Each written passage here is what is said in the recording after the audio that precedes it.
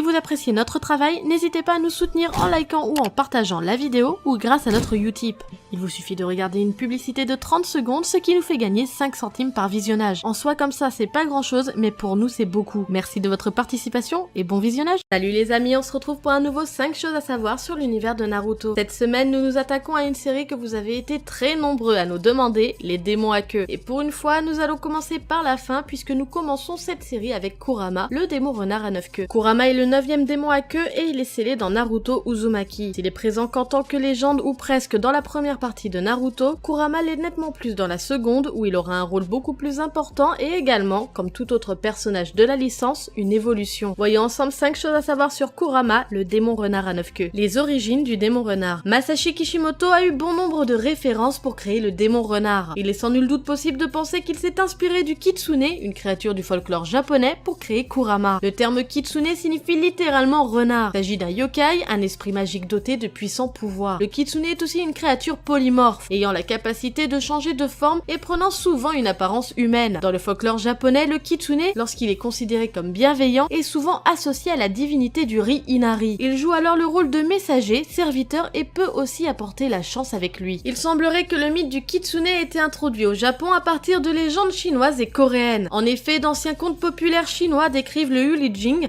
un esprit renard semblable au kitsune et possédant lui aussi jusqu'à 9 queues. À savoir que le chiffre 9 est un chiffre symbolique en Chine. Une autre légende voudrait que l'origine du kitsune provienne d'Inde et serait associée au Rakshaka indien, en raison des caractéristiques d'illusionnisme communes aux deux créatures ainsi que leur nature farceuse. Un bon nombre de ces histoires anciennes ayant perduré jusqu'à présent ont été regroupées dans le Konjaku Monogatari, recueil de récits chinois, indiens et japonais datant du XIe siècle. Il est également établi que la notion de bienveillance des kitsune n'a paru au Japon qu'à partir du IVe siècle après Jésus-Christ, du fait que les seules attributions provenant de Chine et de Corée étaient principalement à connotation négative. La seule caractéristique morphologique pouvant différencier le kitsune d'un renard normal est le nombre de queues qu'il possède. En effet, il est dit qu'un renard ayant atteint un âge avancé, 100 ans selon certaines légendes, se voit doté d'une queue supplémentaire ainsi que de pouvoirs magiques, et ce nombre atteint 9 au bout de 1000 ans. Lorsqu'il est assez puissant, un kitsune peut prendre forme humaine, et plus particulièrement celle d'une jolie jeune femme. Ce changement d'aspect peut se faire de 3 manières différentes: la métamorphose, l'attachement de l'esprit à celui d'un fœtus ou encore la possession, et dans ce cas on désigne par un kitsune tsuki, l'état d'une personne possédée par un renard. Bien évidemment, cette transformation ne se limite pas à l'apparence d'un humain et le kitsune peut se transformer en toute chose se trouvant dans la nature. On peut y voir ici la référence de la technique de Naruto, le sexy meta. Le kitsune est souvent repris pour thème dans des animés et mangas tels qu'on le voit ici dans Naruto, et on retrouve aussi des références dans les jeux vidéo comme par exemple dans la série Pokémon où Goopix et Fenard sont respectivement des renards à 6 et 9 queues et dont les pouvoirs sont fortement inspirés de ceux des kitsune.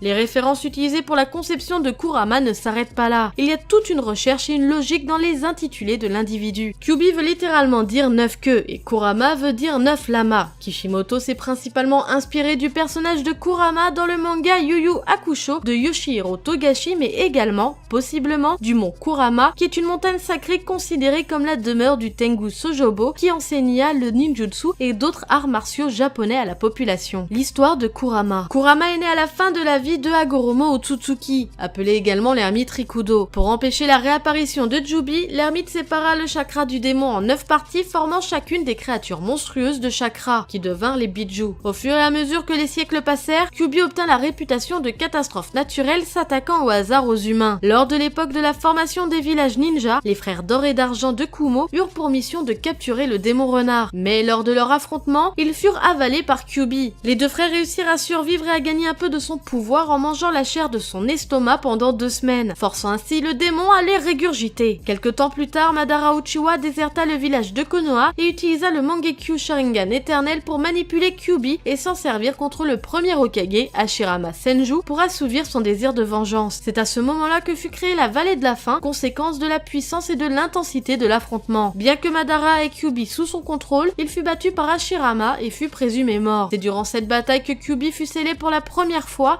après avoir été capturé. Il rencontra la première Jinchuriki Mito Uzumaki qui le scella elle-même dans son propre corps grâce à un sceau de son clan. C'est après la 3e grande guerre ninja que Kyubi attaqua Konoha. Alors qu'il était scellé dans le corps de la seconde Jinchuriki Kushina Uzumaki, il fut libéré puis contrôlé par Tobi à la suite de l'accouchement de Kushina. Kushina. Durant cette bataille, Kurama tua bon nombre de ninjas qui tentaient de le repousser du village de Konoha. Le 4e Hokage, Minato Namikaze, aux côtés de Gamabunta, sont parvenus à neutraliser Kyuubi et à le sceller en Naruto, qui deviendra le 3e Jinchuriki. La suite, vous la connaissez, le plus puissant des démons à queue. D'après la légende, Kyuubi est capable de soulever des raz-de-marée et détruire des montagnes rien qu'avec abattement de ses queues. Sa réputation n'est plus à faire puisqu'il est le plus puissant des démons parmi les 9. D'ailleurs, de tous les démons à queue, il est celui dont la silhouette est la plus proche de celle de Jubi. Petite parenthèse, il est intéressant de noter qu'Ichibi et Kyuubi ne sont pas en bons termes car Kyuubi calcule la puissance des Biju sur leur nombre de queues. Bien sûr, tout ça est spéculatif. Il montre sa force dans ses différents combats, notamment contre Pain ou Orochimaru. Contre Orochimaru, il n'utilise que 4 de ses queues pour faire jeu égal avec lui. Contre Pain, il utilise 6 queues pour le battre, puis 8 pour se libérer. Kyuubi est, d'après Naruto, très rapide et puissant. Il peut envoyer une bombe Biju qui provoque une immense explosion. D'ailleurs, il est le seul démon qui puisse envoyer une bombe Biju sans être forcément en mode Biju. Il le prouve en envoyant des bombes Biju avec 4 queues ou 6 queues. De plus, quand il donne son chakra à Naruto, ce dernier a su faire un barrage d'énormes Rasengan alors que Naruto lui avait déjà volé une grande partie de son pouvoir et que Minato avait divisé son pouvoir en deux. Autrement dit, le chakra qu'il a donné à Naruto